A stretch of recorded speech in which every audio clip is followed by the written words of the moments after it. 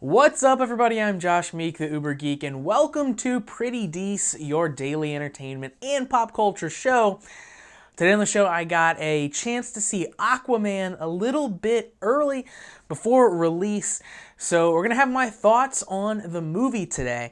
Of course, Aquaman continues DC's foray into a connected movie universe with all of their heroes brought together.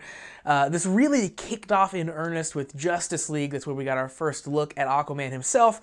And now Aquaman gets his own solo tale, which is much different than the Justice League film was.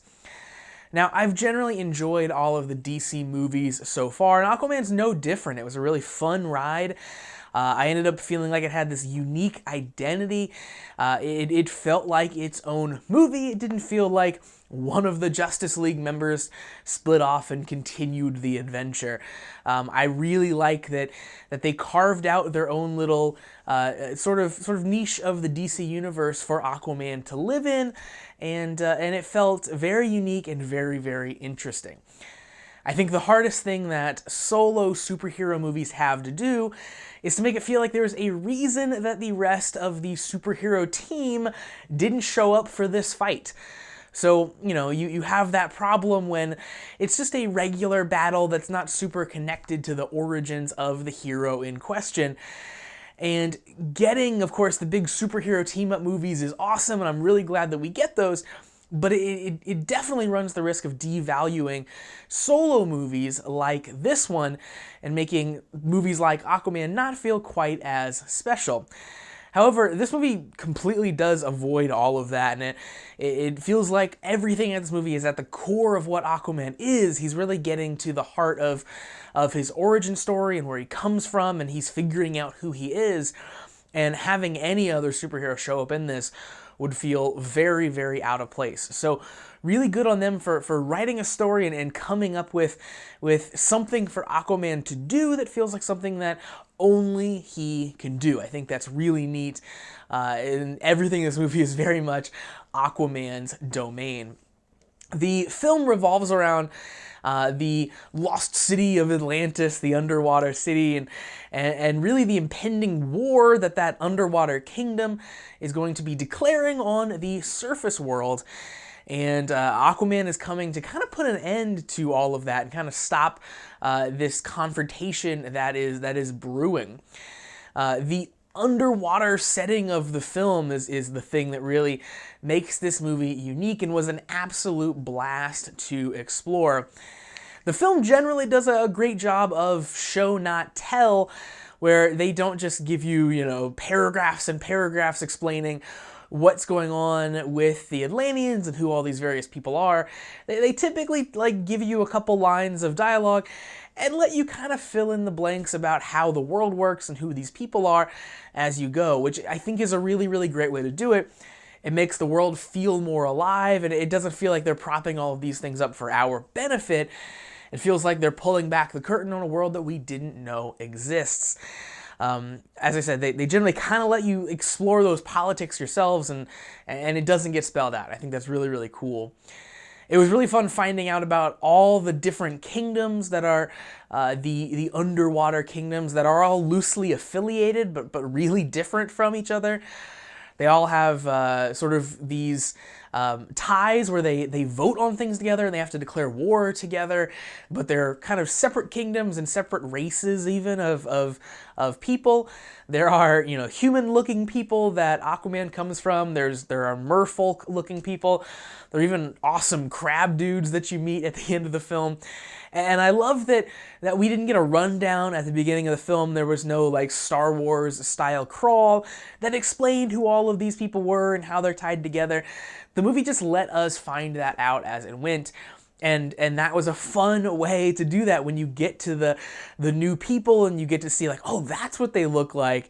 That's who these guys are. They're terrifying looking. It's really fun to go on that journey. So I like that we got to sort of see that world through the eyes of Arthur as he is kind of exploring it himself. So Aquaman is coming in as an outsider despite the fact that he is kind of one of them. He hasn't lived there. He's lived on the surface world. So we kind of get to see the entire underwater kingdom through his eyes, fresh for the first time. So really neat perspective that we can have on the entire setting of the film. And of course, since we spend so much of the movie underwater, it has a very unique look as well. I wasn't sure I was going to like it from the trailer. It's very clean, it's very colorful, but I ended up really enjoying it and made the film, again, feel very different from the rest of the DC movies and from the Marvel movies as well. And any given still image from this film, you will definitely recognize it as one that comes from Aquaman, because again, everything's super bright and super colorful and this really cool look to it.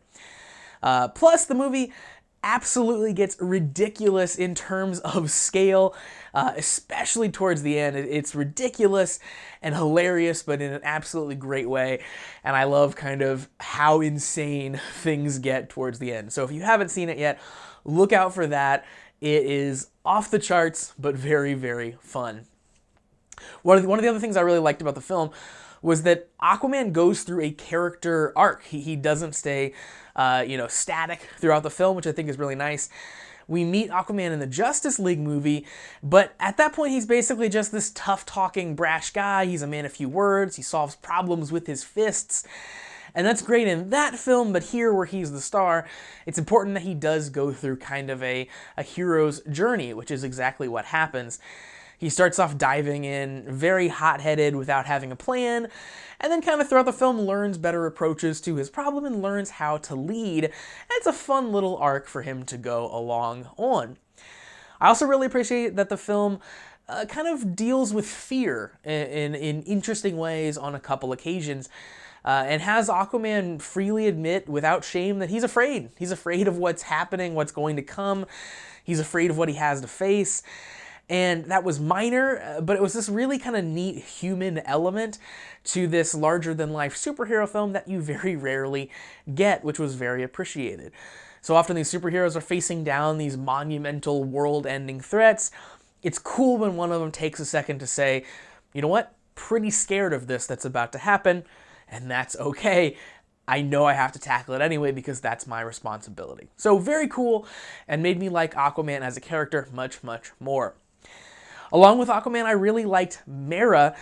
Mera is, of course, the love interest in the film, but she's so much more than that. I appreciate that she can really get in there and kick butt on her own. She's usually the one in the movie kind of leading the way or forming the plan. She's really kind of in charge for a lot of the film. So I liked that she wasn't just a damsel in distress throughout the film. And I really liked kind of how they progressed the love interest throughout the film. It felt mostly subtle, as much as a superhero film can feel. It didn't feel forced, and by the end I was really enjoying the two of them together. So very well done kind of weaving her story and introducing us to her as the film went through. And of course, on the villain side, we had kind of the main villain that the movie revolves around is Arthur's half-brother. And of course, Arthur is returning to kind of take the throne away from his half-brother. And he was a great villain. I really enjoyed him as this role. There are some scenes that truly make him come across as just a despicable person, some of the things that he does. While at the same time, he has some motivations and some hints of redeemability in his actions. It's kind of the classic, my actions are maybe reprehensible, but the reasons I'm carrying them out, you can at least connect the dots, A to B to C. You see why those things are happening. And I love when villains have that moral through line that you can at least understand, even if you wouldn't carry those same things out yourself. So that character goes on an interesting arc throughout the film. You kind of see things going one way and they end up going a different way, but I like him and I like kind of what they did with that character without being too spoilery there. And then, of course, on the other side of the villain front, we have Black Manta. Of course, you know from the trailers that he is in this film, and of course, classic Aquaman villain here. He's actually, unfortunately, one of the things that I didn't like about the film quite so much. For me, he's always been kind of lame in the comics. I've never been a huge fan of him, and here, despite giving him a decent backstory for why he would hate Aquaman, he never really seemed to add much to the film. He felt like an afterthought. Plus, I think he kind of looks a little lame in the suit. Of course, the Black Manta suit has this massive helmet associated with it, and they do justify why the helmet is so big, which I thought was a nice, interesting touch. It doesn't change the fact that I think it looks kind of dumb in person when he's attacking Aquaman.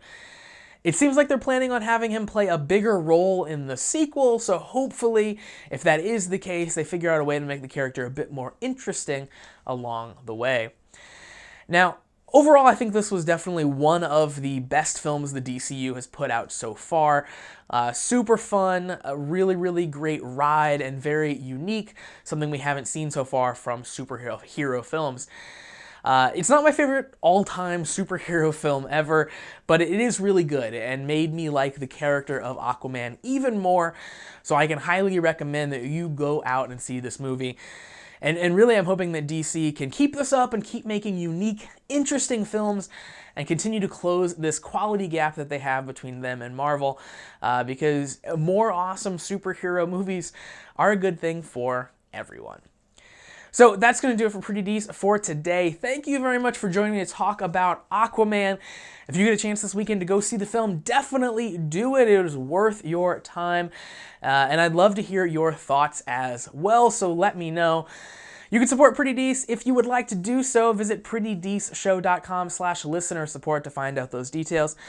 Of course, download the Pretty Dece podcast from your favorite podcast delivery platform, or visit the YouTube channel, youtube.com/prettydece for that, and hit me up on social media. Let me know what you think about Aquaman.